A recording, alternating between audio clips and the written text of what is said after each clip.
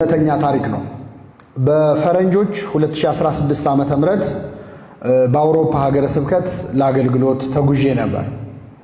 ጉባኤያቱ በተለያዩ ሀገራትና ከተሞች የሚካሄዱ ሲሆን ግንቦት ልደታ ከመከበሩ ከሳምንት በፊት ቩርዝቡርግ ወደምትባል አነስተኛ የጀርመን ከተማ አቅንቼ ነበር። ከተማይቱን ገና እንደረገጥኩ የሆነ መንፈሳዊ መረጋጋት ተሰምቶኝ ነበር። ይህን ስናገር ቀሲስ አብርሃም የተባሉ አብረውኝ የነበሩ አባት አሁን አንተ ያልከውን ቃል በቃል ብፁዕ አቡነ ሙሴም ገና ከተማዋን ሲረግጡ ተናግረውት ነበር። በኋላም ደጋግሜ የተመላለስኩባት የጽሞና ከተማ ነበረች። ቃል እግዚአብሔርን ሰምተው የማይጠግቡ ረጅም ሰዓት ተምረው በቃ ቀጥል እንጂ የሚሉ ምዕመናን ባሉባት በዚያች ከተማ የአንድ ሳምንት አገልግሎት ከሰጠው በኋላ የግንቦት ልደታ በዓል ደረሰ። በዕለቱ ወደ ውጭ ወጥተን በዓል ከማክበራችን በፊት አዳራሽ ውስጥ ትምህርተ ወንጌል ተካሄደ። የዕለቱ ትምህርት ከመካኖች በስዕለት ተወልዳ ለዓለም ሁሉ ስጦታ ስለሆነችው ስለ እመቤታችን ልደት ነበር። እግዚአብሔር ባወቀ በዚያ ሰሞን በእመቤታችን ዙሪያ አስተምሬ ስለነበር የግንቦት ልደታውን ጉባኤ ትምህርት ላይ ያተኮርኩት ቅድስት ሐና ልጅ በማጣት ምክንያት ስለደረሰባት ሐዘን፣ የእግዚአብሔርን መጎብኘት፣ እመቤታችን በቅድመ አያቶቿ ሕልም በጨረቃ የተመሰለች ጨረቃችን በግሪኩ ሶሊያና እንደሆነች፣ ምዕመናንም ይህን አስታውሰው ሴት ልጅ ሲወልዱ ሶሊያና ብለው እንዲያወጡ፣ እግዚአብሔር ለኤልሳቤጥና ዘካርያስ ዘግይቶ ልጅ የሰጠው የለመኑትን የማይረሳ አምላክ በመሆኑ እንደሆነ የሚሉት ነጥቦች ላይ አተኩሬ ነበር። ከትምህርተ ወንጌሉ በኋላ ዝማሬ ተዘምሮ ከአዳራሽ ወጥተን የልደታ ዝክር አደረግን። በመጨረሻም ስብሐት ከመባሉ በፊት ከቤተ ክርስቲያኗ ሰበካ ጉባኤ አባላት አንዱ አቶ ተዘራ ተነስቶ ለእመቤታችን ስዕለት መሳል ጀመረ። እኔ ለእመቤታችን በዛሬው በልደቷ ቀን የምሳለው ለእኔ ሳይሆን ለአንዲት እህቴ ነው። የዛሬ ዓመት የልቧን ሐሳብ ብትሞላላትና በምልጃዋ ልጅ ብትሰጣት በግ አመጣለሁ ብሎ ጀመረ። ሌላዋ ቀጠለች። እኔም ምንም ምሳሌ የለኝም፣ ስሜን እመቤቴ ታውቀዋለች፣ የዛሬ ዓመት ልጅ ብትሰጣት እንዲያደርጋለሁ። ሌላው ቀጠለ። እኔም እነሱ ያሉትን እመቤቴ በምልጃዋ ብታሳካላት። ምን አለፋችሁ ሁሉም ተራ በተራ በእንባ እየታጠበ ስለ አንዲት ወጣት ልጅ ማግኘት ስዕለት መሳል ጀመረ። የሰውን ስዕለት እየሰማች አንዲት እህት ማልቀስ ጀመረች። ለ7 ዓመታት ልጅ ለመውለድ ተስፋ ስታደርግ ቆይታ ሐኪሞች ምንም ማድረግ አንችልም ብለዋት ነበር። ልብ አድርጉ፣ የጀርመን ሐኪሞች 5 ጊዜ ያህል ብትታይም በሕክምና ምንም ማድረግ አልተቻለም። የዚያች ትንሽ ከተማ ጎረቤቶቿ ታዲያ የመካኖቹ ልጅ እመቤታችን ይህችን እህታቸውን እንድትጎበኛት በልደቷ ቀን እያስጨነቋት ነው። አንደኛዋ እንዲያውም ሴት ልጅ ከወለድሽ ቅድም እንደተማርነው ሶሊያና ብለሽ ትጠሪያታለች አለቻት። የምናገረው ነገር ቸገረኝ። አዳራሽ ውስጥ በነበረው ጉባኤ ላይ የሰጠሁትን ትምህርት ይህ ታሪክ እንዳለ ባውቅ ኖሮ ሆድ ላለማስባስ ብዬ በመፍራት አልሰጠውም ነበር። እንግዳ ሰባኪ መሆን ደግነቱ የማንም ቤት እንደምታንኳኳ ሳታውቅ ትሰብካል። ቃለ እግዚአብሔሩም አይታሰርም። ልብ ከሚነካው ስዕለት በኋላ የመጨረሻዋ ተናጋሪ ሁሉም ሰው የተሳለላት ወጣት ነፃነት ነበረች። ሳግ እየተናነቃት ዛሬ ለእኔ ታላቅ ቀን ነው፣ ባይሳካ እንኳን አይቆጨኝም። እኔን እንዳሰባችሁ እመቤቴ ታስባችሁ፣ እስከ ዛሬም ቅሬታ እንዳይሰማኝ ልጅ መውደዴን አውቃችሁ ልጆቻችሁን ከኔ ጋር እንዲያሳልፉ እንዲጫወቱ ስታደርጉ ስለነበር አመሰግናለሁ። እመቤቴ እኔንም ብትሰማኝ ለቤተ መቅደሷ ምንጣፍ አስገባለሁ ብላ በእንባ ተሳለች። እኔም በዚህ በፍቅር በተሞላ ምሽት በመገኘቴ እግዚአብሔርን አመሰገንኩት። 2 ወይም 3 ሆነው በሚጸልዩበት ነገር ቢስማሙ እሰማቸዋለሁ ይላል ወንጌሉ። እጅግ ደስ ይል ነበር። የማሳረጊያ አጭር ትምህርት ከሰጠው በኋላ ከወራት በፊት ከኢየሩሳሌም ይዣቸው የመጣዋቸውን ስጦታዎች አካፍያቸው ስብሐት ብለን የግንቦት ልደታ በዓልን አጠናቀቀን። ግን ደግሞ ይሄ ሁሉ እንባ ፈሶ ሳይሳካ ቢቀርስ? እንዲያው እምነታቸው ይደክም ይሆን? የእመቤታችንን ምልጃ ቢጠራጠሩስ? የእግዚአብሔርን ቸርነት ቢክዱስ? ለነገሩ ልጅ ባይወለድም ብዙ ወላጅ ያጡትን እንደራስ አድርጎ ማሳደግ ይቻል የለ እንዴ? የግድኛ ያልነው ብቻ ይሁን አይባልም። የማይጠቅመንን ደግሞ ፈጣሪ አይሰጠንም። ግን ደግሞ መጽሐፍ ቅዱስ ላይ ካሉት 7 መካኖች 6ቱ ወልደዋል። ያልወለደችው ሜልኮል በመቅሰፍት ምክንያት ነው። እርግጥ ነው 7 ዓመት ታግሳ ጠብቃለች። ሐኪሞቹ 5 አይተው ምንም ማድረግ አልቻሉም። አጉል ተስፋ ማድረግ ይሆን? በጣም ተጨነቅኩ። ብዙ አላስጨንቃችሁም። ይህ በሆነ ልክ በዓመቱ የዚያ ሁሉ እንባ የሆነች ሴት ልጅ ድንግል ማርያም ለነጻነት ሰጠቻት። ለግንቦት ልደታ ሁሉም ስለቱን አስገባ። እኔም በወቅቱ ሌላ ቦታ አገልግሎት ስለነበረኝ መገኘት ባልችልም ዘግይቼ ግን ወደዚያች ከተማ ማቅናቴ አልቀረም። መዘግየቴ ለበጎ ሆኖ የሕፃኗ ክርስትና ላይ ደረስኩ። ክርስትና አንስተን ቀድሰን ልመናዋ፣ ክብሯ፣ የልጇም ቸርነት በእውነት ይደርብንና እመቤታችን ያደረገችው ተአምር ይህ ነው ለማለት በቃል። ሕፃኗ አሁን ልክ 7 ዓመት ሞልቷታል። ሶሊያና ጸጋዬ ትባላለች። ስዕለ ማርያም ካየች ሮጣ ትስማለች። ከዛ ማርያም ማርያም ትላለች። እናቷም እኔን የሰማች ድንግል ማርያም እናንተንም ትስማችሁ ትላለች። ይህ ምስክርነት ቢዘገይም ዘንድሮ ጻፍኩት። እመቤታችን እንዲህ ናት። ወስብሐት ለእግዚአብሔር። በዜና አበው አንድ አባት ገዳም ውስጥ ቁጭ ብሎ በምንኩስና እግዚአብሔርን ለማገልገል የወሰነ አባት ገዳም ውስጥ ቁጭ ብሎ ይጠራጠራል። አሁን እውነት እንደው ሥጋው ደሙ ይለወጣል አይለወጥም እያለ ይረበሻል። በኋላ ይህ ሰው በምንኩስና ሕይወቱን ሰጥቶ እንዴት በጥርጣሬ ይወድቃል ይልና የእግዚአብሔር መልአክ ይሄድና ለሌላ አባት፣ ለበቃ አባት፣ ለቅድስና ማዕረግ ለደረሰ አባት ይሄድና ወንድምህ በጥርጣሬ እየተፈተነ ነውና ሄደህ አስተምረው ይለዋል። ከኔ ጋር ናችሁ ምመን? ኧረ ወንድምህ ሥጋው ደሙ እየተጠራጠረ ነው፣ ሂድ አስተምረው ይለዋል። እሺ ይልና ይህ የበቃው አባት ወደዚህ ወደ ተጠራጠረው ጓደኛው ወንድሙ ይሄዳል። እንዲህ ይለዋል፣ አባቴ እንደው አንድ ነገር ገጥሞኝ ነበር፣ እንደው ላማክር ነበር ይለዋል። ምንድነው አለ። አይ እንደው ሥጋው ደሙን እየተጠራጠርኩ ነው፣ ይለወጣል አይለወጥም እያልኩ በጥርጣሬ እየተጨነቅኩኝ ነው አለ። እሱ ተጠራጥራ የወንድሙን ድክመት የማን አድርጉ ነው? እኛ ብንሆን አሁን ቀልቡን ነው የምንገፋው። አንተም ብሎ መነኩሴ እዚህ ቁጭ ብለህ ደግሞ ነው የምንለው፣ መልአክ ነገረኝ እኮ ነው የምንለው። እሱ ግን የራሱ ድክመት አድርጎ ነገረው። ተጠራጠርኩኝ ሲለው አይ እሱማ እኔም እኮ መናገር አሳፍሮኝ ነው እንጂ እኔም ራሴ ምን እላለሁ ታዲያ ገዳም ቁጭ ብለን በክህደት ከምንሰቃይ ለምን እግዚአብሔር አይገልጥልንም አብረን አናስቀድስም ብለው ሱባኤ ይዘው እነዚህ 2 መነኮሳት ቤተ መቅደስ ገብተው ማስቀደስ ጀመሩ። የሚገርማችሁ ምዕመናን ከቅዳሴው መካከል ላይ እነዚህ 2 መነኮሳት ብቻ አንድ በጣም የሚያስደነግጥ ነገር ተመለከቱ። ቅዳሴው መካከል ላይ ቄሱ ሀበነ የሚሉበት ሰዓት አለ አይደለ?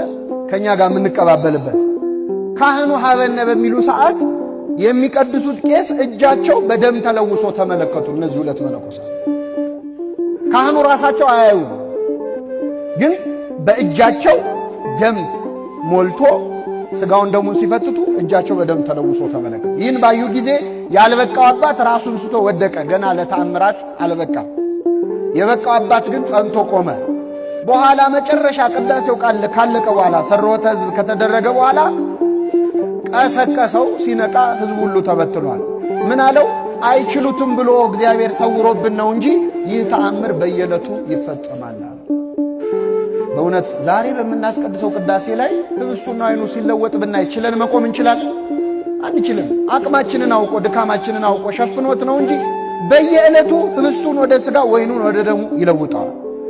ሌላው አባት ደግሞ እንደዚህ እንደ አዲስ አበባ ባለች ከተማ የሚያገለግል አረጋዊ መንፈሳዊ የሚባል አባት ነው። ማን አልኳችሁ? አረጋዊ መንፈሳዊ በጣም ትሁት አባት ነበረ። ቅዳሴ ቀድስ ሲሉት እናንተ ቀድሱ፣ እኔ መስዋዕቱን ሰራለሁ፣ ፍማለሁ፣ ቤተ መቅደሱን አዘጋጃለሁ ይላል። አስተምር ሲሉት እናንተ አስተምሩ፣ እኔ መጽሐፍ አቀርባለሁ፣ መብራት አበራለሁ ይላል። በጣም ትሁት ሰው ነበረ። በኋላ አንድ ቀን አባታችን አንተማ ዛሬ መቀደስ አለብህ ብለው በትልቅ ክብረ በዓል ቀን አስጨንቀው አስገቡት ከቅዳሴ። እየፈራ እየተንቀጠቀጠ ገባ። በእውነት ሰው በጣም መንፈሳዊ ሲሆን ወደ መቅደሱ መቅረብ ይፈራል እና እየተንቀጠቀጠ ገባ። ቅዳሴውን መቀደስ ጀመረ በፍርሃቱ። ከቅዳሴው መካከል ላይ ግን ምዕመናን ድንገት ቅዳሴውን አቋርጦ ዝም አለ። ለግማሽ ሰዓት ያህል አቆመው ቅዳሴው። ቢጠብቁ አይቀድስም። ዛሬ ቢሆን በል እንጂ ይባል ነበር። ያኔ ግን ያው ጥንት ሥርዓት ስለሆነ ጸጥ ብለው ጠበቁት። ለግማሽ ሰዓት ዝም ካለ በኋላ ከግማሽ ሰዓት በኋላ ቅዳሴውን ቀጠለ። ቀደሰ፣ አቁርቧቸው ወጣ። ሲወጣ ካህናቱ ከበው ምን ሆነ ነው ዝም ያልከው? ለምን አልተናገርክም? ቅዳሴውን ለምን አቆምከዋል? በፍጹም አለ። ምንም እንደው ጠፍቶኝ ነው ቅዳሴው አልተናገርም። ከዚያ በኋላ ይህንን አባት እዛ ከተማ ውስጥ ያየው ሰው የለም። ጠፋ፣ ወደ በረሃ መነነ ማለት ነው። በብሕትውና መኖር ጀመረ። በረሃ ላይ ሆኖ ደብዳቤ ይጽፍ ነበር ለወንድሙ፣ ለታናሽ ወንድሙ። ከዱር አውሬ የተላከ ደብዳቤ እያለ ይጽፍ ነበር። ከምን የተላከ? ማንን ነው የዱር አውሬ የሚለው?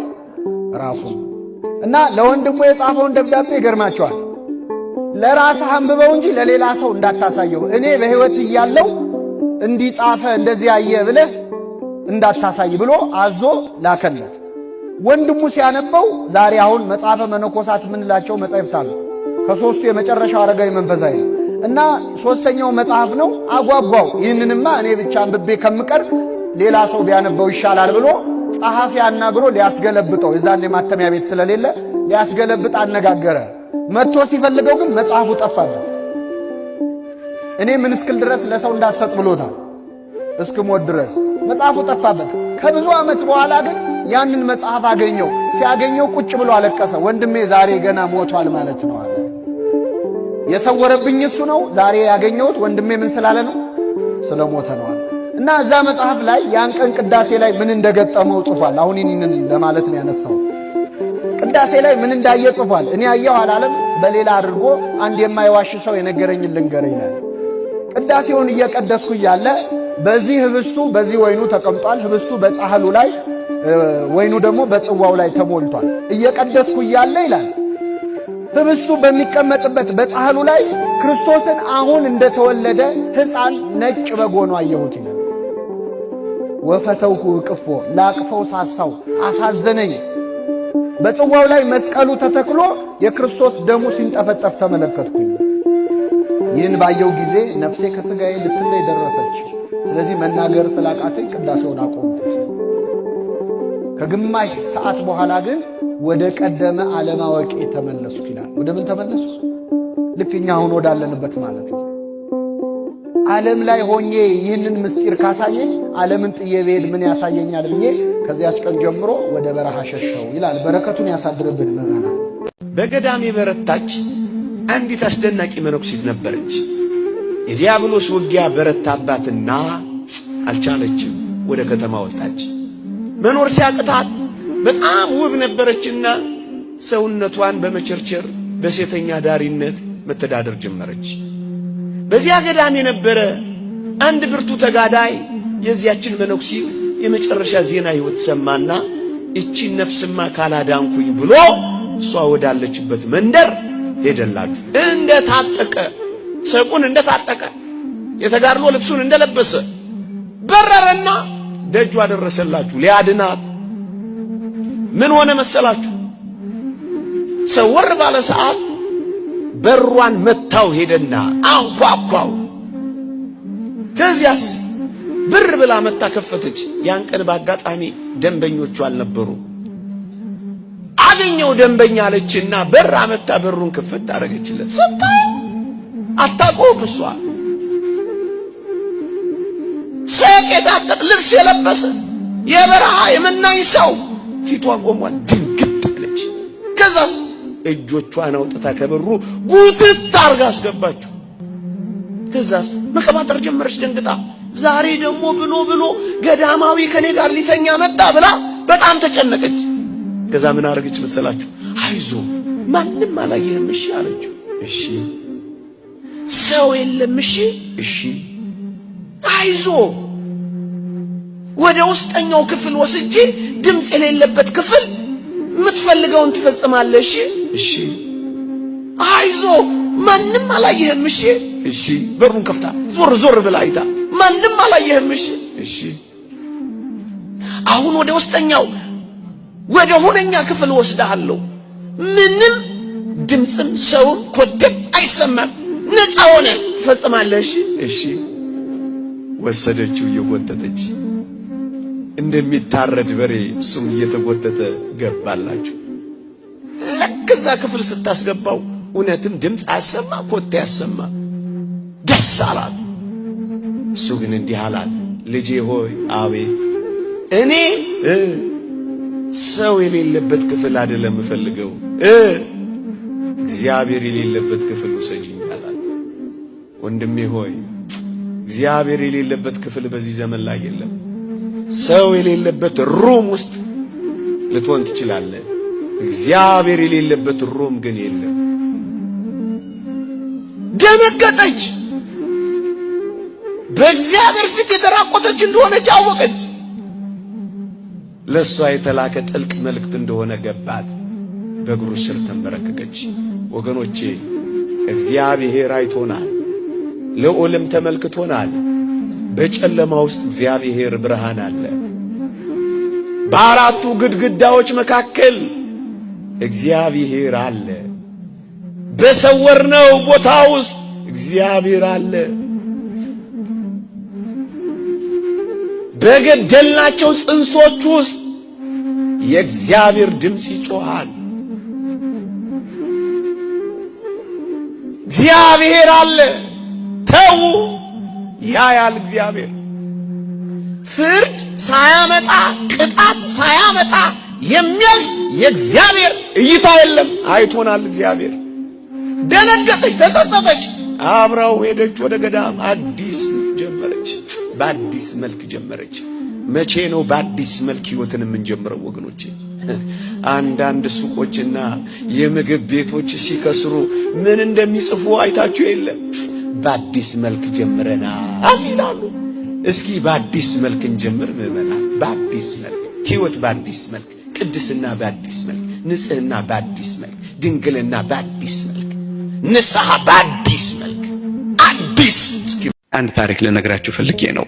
ጄሮም የተባለ የቤተክርስቲያናችን ሊቅ ለብዙ ዘመን ሲተረጉም የነበረውን የትንቢተ ኢሳይያስ መጽሐፍ በጌታችን የልደት በዓል ለክርስቶስ ስጦታ ሊሰጥ አንድ ዋሻ ውስጥ ገባላችሁ። እውነተኛ ታሪክ ነው የምነግራችሁ። ልክ የልደት በዓል ላይ የተወደደ መድኃኒታችን ኢየሱስ ክርስቶስ ለአባ ጄሮም ተገለጠለት። ከዛ ምን አለው መሰላችሁ? ልጄ ጄሮም ምን ሆነ ነው እዚህ ዋሻ ውስጥ የገባኸው አለው። ጌታዬ ሆይ ዓይኔን ያፈዘዝኩበትን ጉልበቴን ያደነዘዝኩበትን ይህንን ስጦታዬን ለልደት በዓልህ ልሰጥህ አዘጋጅቼልህ ነው። የኢሳይያስን ትርጓሜ ስጦታ አድርጌ ልሰጥህ ነው አለው። ልጄ ጄሮም ጥሩ ነው ያደረከው፣ ግን እኔ ይሄን ስጦታህን አልቀበልህም አለው። ደነገጠ አባ ጄሮም። ጉልበቴን አፍስዤ ዓይኔን አደንዝዤ እንዴት ነው ማትቀበለኝ አለው። ልጄ ጄሮም ሌላ ስጦታ ፈልግ እንድቀበልህ አለው። እንግዲያውስ አፌ ኮቸችላ እስኪመስል የጾምኩበትን በረሃ ወርጄ የተጋደልኩበትን አንተን ለመመስከር መናፍቃንን አፍ ባስያዝኩበት ዋሻ በገባሁበት በትህርምት በቆየሁበት በዚህ ተጋድሎዬ እሱን ውሰደው፣ ይህን ስጦታ አድርጌ ልስጥህ አለው። ልጄ ጄሮም ጥሩ ነው፣ ግን ይህንንም ስጦታ አድርጌ አልቀበልህም አለው። እንግዲያውስ ምን አለኝ? የሰራሁት አንድ ስራ ይሄ ነው፣ የምኖረው ሕይወት አንድ ይሄ ነው፣ ከሱ በቀር ጌታዬ ሆይ ምንም የለኝም እሰጥህ አለው። ልጄ ሆይ ለዚህ ለበዓሌ ታስደስተኝ ዘንድ ትፈልጋለህ? አዎ፣ እንግዲያውስ ኃጢአትህን ስጠኝ አለው። ምንን ስጠኝ? እናንተ የተወደዳችሁ ኦርቶዶክሳውያን እስኪ ድጋሚ ልጠይቃችሁ፣ ለክርስቶስ ውድ ስጦታ መስጠት ትፈልጋላችሁ? እንዲሁም አንድ አባት ጋር መጥተው አንድ ሰው ኃጢአት እንደሰራ ብዙ ነገራቸውና ልክ ነገሯቸው ሲጨርሱ በቃ ሁለት ስገድ ብለው አሰናበቱት። በጣም ብዙ ኃጢአትን የሰራው እና በጣም ተደነቁ።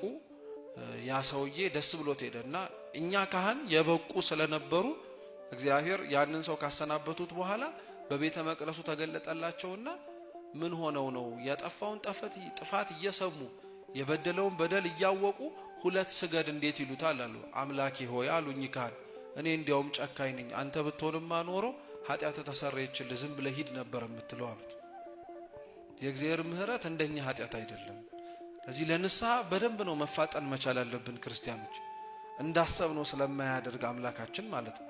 አሁን አብዛኛው ሰው ንስሐ የማይገባው ግን ለምንድን ነው ተብሎ ቢጠየቅ የሰራው በደል ይገዝፍበታል ከእግዚአብሔር ምሕረት ይልቅ። እግዚአብሔር እንዲሰርቼ ይምረኝ ይሆን ይላል። ለምን አይምርም እግዚአብሔር? አባ ጊዮርጊስ ለዛ እኮ ነው የተራበ ሆድ ለምግብ እንደሚቸኩል ሁሉ እግዚአብሔር አምላክም የበደሉት ሰዎች ማረን ሲሉት ለመማር እንዲሁ ይፈጥናል ይላል። እህል የሚበላ ሰው እህል ለመብላት ፈልጎ የራበው ሰው እንዴት እንደሚበላ አይታችሁታል አይደል? እግዚአብሔር ማረኝ የሚሉትን ሰው ለመማር እንዲፈጣን